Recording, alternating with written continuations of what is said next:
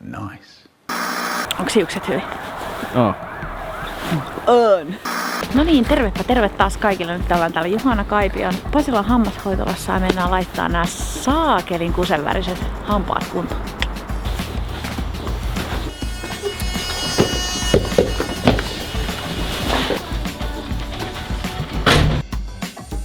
Eli tässä on nyt sun hampaat.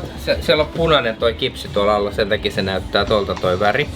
Mutta täällä on tää silta. Ja sitten täällä on näitä laminaatteja, eli ne on ton värisiä niin tavallaan.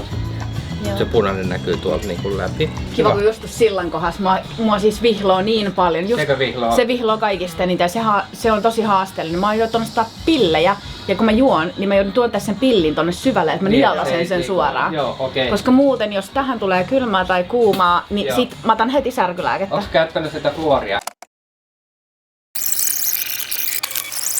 Mitäs jos nää vihloo ihan hirveesti? Sitten fluoripurskute on semmonen. Mä oon laittaa lapulle sulla. Joo, kiitos. Joo. Kyllä aamuin illoin purskutatte. Tota ei laiteta sit tohon.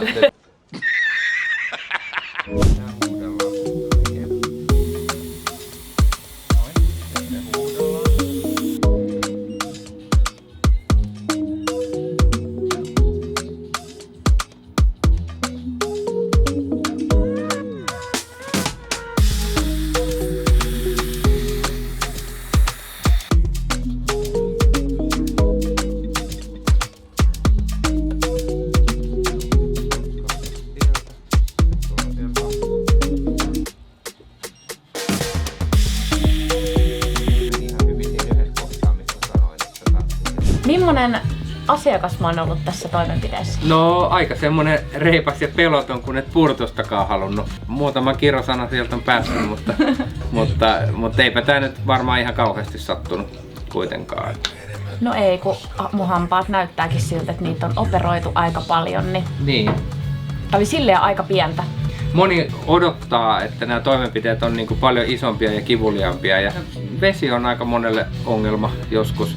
Mutta silloin se vaan kestää kauemmin se operaatio, että nyt sun kanssa toi vesikään ei ollut ongelma, että hyvin meni. Nyt on käyty laittamassa laminaatit ja sitten tänne tuli se silta ja tällaiset niistä tuli.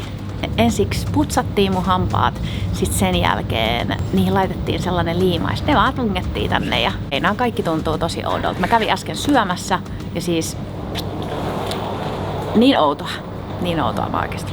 Kiitos Pasilan hammashoito. Oikeesti kiitos näistä hampaista. Kiitos kun katsoit tämän videon ja kiitos kaikille. Parin viikon päästä mulla on kontrolli ja sen jälkeen ihan vähän hiotaan tätä pintaa vielä, mutta muuten sitten tuli vaan käsky, että vuoden välein pitää käydä tarkastuksessa. Mitä olette mieltä? Kommentoikaa, kertokaa. Tilaa mun kanava ja seuraavaa kohde.